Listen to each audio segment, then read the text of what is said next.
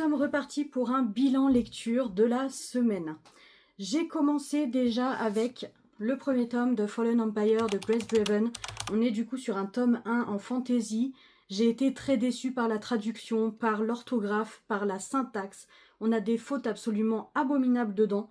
Je ne comprends pas qu'un bouquin qui sort d'une maison d'édition qui est aussi réputée, Chatterley, elle est connue, sorte un livre avec autant de fautes. C'est quelque chose que je ne cautionne pas et qui me sort par les yeux. Au-delà de ça, je pense que l'histoire en elle-même serait extrêmement bien passée si l'écriture était correcte. Je ne mets pas la faute sur l'autrice parce que je pense que dans l'édition originale, ça n'a rien à voir. L'intrigue est bonne, l'histoire est bonne aussi. La tension entre les personnages, elle est pas mal du tout. Bref, c'était original. J'ai aimé en soi ce livre, mais les fautes ont fait que ça m'a complètement gâché ma lecture. Donc c'est un livre que je ne vous conseille pas et je ne lirai absolument pas le tome 2 et le tome 3. J'ai ensuite enchaîné avec North Soul sur ma liseuse. Écoutez, c'est un livre que j'ai beaucoup aimé, tout simplement parce qu'on est sur une romance nordique, donc avec des vikings. C'est quelque chose que je n'avais jamais lu jusqu'à maintenant. Par contre, faites attention aux trigger warnings car ils sont quand même assez importants. Ça se passe à l'ère des Vikings, donc forcément c'est un autre temps. On ne traitait pas les femmes comme on les traite à l'heure actuelle. Et je pense que ça peut choquer plus d'une personne. Ceci dit, c'est quand même un récit que j'ai apprécié, déjà parce que ça se lit très très facilement, c'est ultra fluide, l'écriture est très bien. Je n'ai pas relevé de faute d'orthographe, peut-être aussi parce que y en avait tellement dans Fallen Empire que maintenant je pourrais lire n'importe quoi, ça passerait très bien. Non, je suis mauvaise langue.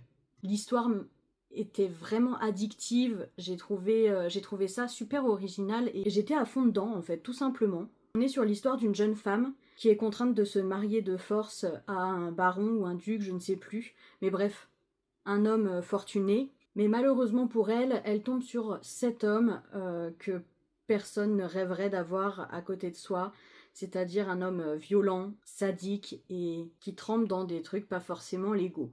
En parallèle, cet homme a embauché plusieurs groupes de vikings afin d'assurer sa propre protection et pour des fins commerciales. Cette jeune femme va donc faire la rencontre de ces hommes et s'ensuit toute une histoire autour de ces rencontres-là.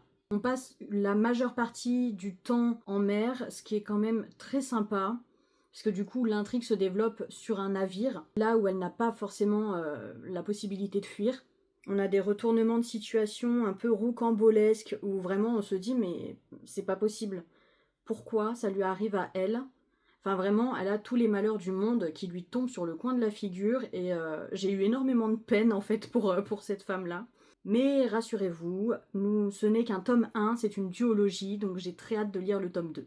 J'ai enchaîné ma semaine avec Ricochet, le tome 2 de Krista et Becca Ricci de leur série Addicted. Donc on est sur un tout petit livre cette fois-ci, contrairement aux autres. Mais pour autant, j'ai beaucoup apprécié ma lecture. J'avais vu quelques revues comme quoi c'était plus ennuyant parce que les deux protagonistes qui sont censés être ensemble ne le sont pas, sont séparés suite à une cure de désintox, etc.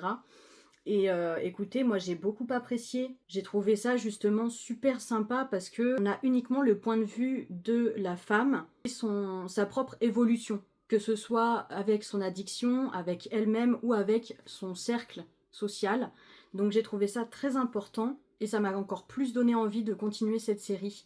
Pareil, la plume est extrêmement fluide, pas de faute d'orthographe à relever, j'ai beaucoup aimé. Ça se lit en 2 temps 3 mouvements, on a pas mal d'émotions également, donc forcément ça a matché avec moi.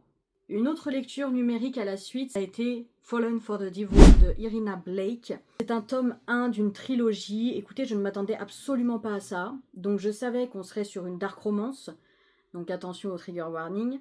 Pour autant, je ne m'attendais pas du tout à ce type d'histoire. Je me suis posé pas mal de questions, on va dire la première moitié du livre. Cette question, est-ce que j'aime bien ou pas ? Je ne savais pas en fait vraiment. Et puis arrivé à la fin, je me suis reposé cette question et je me suis dit mais j'ai envie de lire la suite donc c'est que quelque part je dois apprécier quand même. Alors ce n'est pas un coup de cœur, loin de là, ce n'est pas une lecture que je conseillerais à tout le monde. Pour autant, pour ma part, ça a été. C'est pas... les triggers ne m'ont pas... Trigger. L'histoire était relativement fluide. Pas énormément d'action, j'ai trouvé, ceci dit. Mais j'attends de voir dans le 2e tome. Ça, c'était toutes les lectures que j'avais tirées au sort pour ma pile à lire de la semaine. Mais j'ai terminé cette pile et je me suis retrouvée sans rien à lire. Donc j'ai tiré au sort un dernier livre et ça a été My Absolute Darling de Gabrielle Tallant. Et alors là, écoutez, j'ai été déçue à un point que vous n'imaginez même pas. J'ai lu 366 pages de ce livre sur 464. Donc à 100 pages de la fin, j'ai décidé de DNF ce livre. Je n'en pouvais plus. J'ai eu un moment de colère intense en fait envers ce bouquin et son auteur. Parce que bon sang, ça fait 366 pages que j'attendais qu'il se passe quelque chose en fait. Et non, c'est le néant. Il n'y a rien, il n'y a pas de rebondissement. On est sur quelque chose de beaucoup trop contemplatif. J'aime le contemplatif, mais alors là, c'était beaucoup trop. J'aime bien le contemplatif, on va dire, comme dans La vie invisible d'Adi Larue. Mais là, ça ressemblait clairement à un récit de Balzac où on nous parle d'un lit à baldaquin pendant 3 pages. Et franchement, pour moi, c'est un red flag total. Je déteste ça. Ça aurait pu être incroyable comme lecture, ceci dit. Je l'ai trouvé horrible à lire parce que très longue en termes de ressenti.